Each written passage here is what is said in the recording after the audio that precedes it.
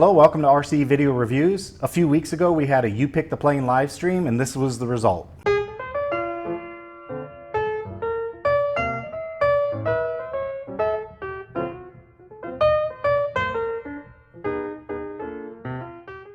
Before I get into the content, I need to let you know this video is sponsored by Banggood. I'd like to say thanks to Banggood for sending this Voltantex ASW-28 out for review.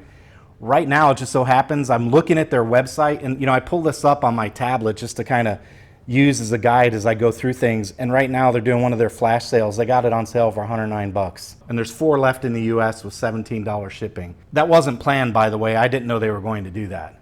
But anyway, thanks to Banggood for sending this out. This is a result of a live stream we did where I asked you guys to help me pick the plane or the next review product, and we browsed around for a while and landed on this ASW-28.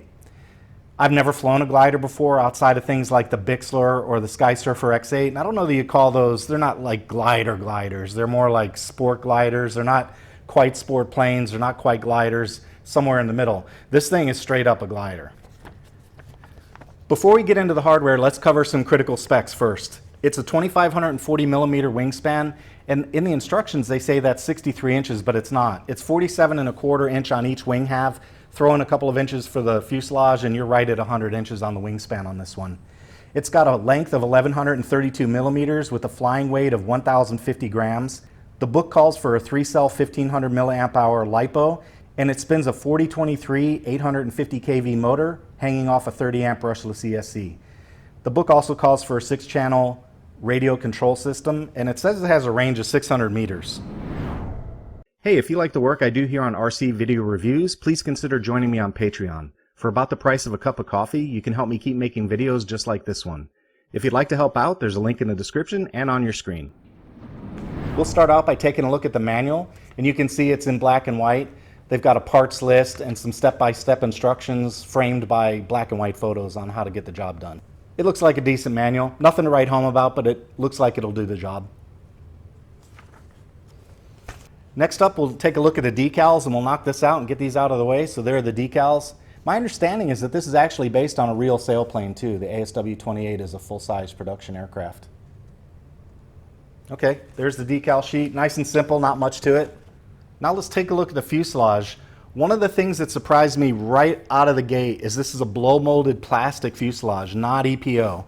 You can see the motor's already installed up front, and then inside you can see the pancake motor sitting right there up against the firewall. Nice and tidy. Everything looks good. The ESC is under the battery tray, and it looks like a nice size battery tray, so if you wanted to put flight controller equipment or other hardware in there, it looks like there's plenty of space to do it. All the servo leads are tied down nicely waiting for the receiver, so that's nice. That's a nice touch. Everything's ready to go. Nice and tidy in the canopy. It also has a main landing gear, although I've seen in some threads and posts that there are 3D parts that allow you to remove that gear and cover it with a little 3D part. I understand some people have had balance issues. I'll take a look at that when I build the plane, of course, but it does have a single main wheel right on the center line of the fuselage.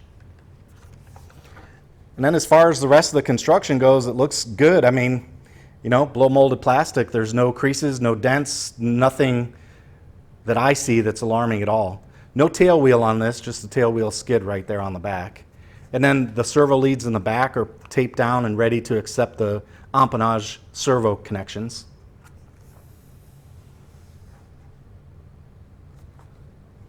So yeah, the fuselage looks really good. Nothing wrong, no issues. I mean, it's perfect. Okay, that's the fuselage. Now let's take a look at these big old wings. These are 47.25 inches. These are made out of EPO foam. They're EPO hinged. You've got ailerons and flaps on this one. So everything looks very nice on the wings. I kind of looked down the long edge and I didn't see any concerns with the trailing edge. It looks fairly straight. There's a little bit of a bow in there, but I'd say overall that's pretty straight for a 47-inch wing. I mean, I've got entire airplanes that don't have this wingspan. And then there is a look at the leading edge. That looks very crisp, nice and straight. And then on the bottom you can see there's 2 servos on each wing. One servo per flap and one servo per aileron. And you can see the spars go all the way out to the wingtips for rigidity. You can see that. And here's the main internal spar. That one ends right about there. So it looks like they did a real nice job taking rigidity seriously. And they also have, notice the carbon spars in the ailerons and in the flaps. So nice job. I mean, I gotta hand it to them. They put the spars where they're needed. And all the control wires are taped in nice and neat as well. So nothing to do there except get the horns on and connect your linkages. That's it. Real simple techniques. And it looks like a plastic locking mechanism to hold the wings onto the fuselage. And they even have a CG marker. Check that out right there. Neat. Nice. That was the port wing. Here's the starboard wing. I don't see any issues on the wing at all. It looks very clean. No dents, no divots, no issues with the foam. Everything looks very clean. These did come packed in bubble wrap too, by the way. All of the EPO foam came in bubble wrap. And the underside of the wing, same deal. Plastic retainer, 2 servos, carbon spars all the way to the tips. Excellent. Looks good. All right, here's a horizontal stabilizer and the elevator. And you can notice there are slits right here in the EPO. I'm not sure why they do that. It's after the conversations we've had recently about EPO hinges. Maybe having the full hinge would have been a good idea. I'm really not sure why they do that. But you can see behind it. Anyway, plastic retaining captures for the horizontal stabilizer. And again, all you've got to do is connect the horns on the back. The underside, it's got a spar going basically the length all the way tip to tip, just about tip to tip, and then another spar on the elevator itself. So I commend them for that. That's a nice touch. That keeps these nice and rigid and prevents any kind of bowing or unnatural turning tendencies due to the elevator sides getting out of joint. And there's a look at the vertical stabilizer, and you can see this has 2 servos in it, one on this side, one on this side. That's because one's for the rudder and the other one's for the elevator. Plastic guide pins will help keep everything straight and aligned as the vertical stabilizer goes into the fuselage, and the 2 servo connectors are hanging right there off the bottom. As I look at the parts for this plane, I can see that it's going to go together really easy. I don't see any challenges at all. This looks like it's almost like a snap-together model. Real simple. And by the way, the vertical stabilizer is a nice airfoil shape. It starts with a nice clean leading edge and swells in the middle and then closes off with a fine taper on the trailing edge. Looks really good. These are the winglets that get glued on each wingtip. And the spars are actually aluminum. Normally you get carbon fiber or fiberglass, but these are metal. Definitely metal. Nice and straight. They look good. No concerns there. There's the canopy, and you can see it's already got a pilot bust installed. I was a little surprised at how heavy this is. So I got my scale out and decided to weigh it. Yeah, that canopy with the pilot, 79 grams. I know you can't see it, but it's 79 grams. That's kind of heavy. I'm surprised for a glider that they would put a 79 gram decorative piece in the plane. I am very surprised at that, to be honest. And then there's the canopy cover, and you can see it's got a couple little pins that help hold it onto the fuselage. I'm not sure if this gets glued to the canopy insert or not. I'll figure it out during the build, but all I see right now are 4 pins that definitely go into the side of the fuselage there. Last up is the hardware. I normally don't open these, but I wanted you guys to see the folding mechanism. So the prop spinner is already assembled, and it's got a folding prop with a spinner up front. So that looks like it's done well and made well.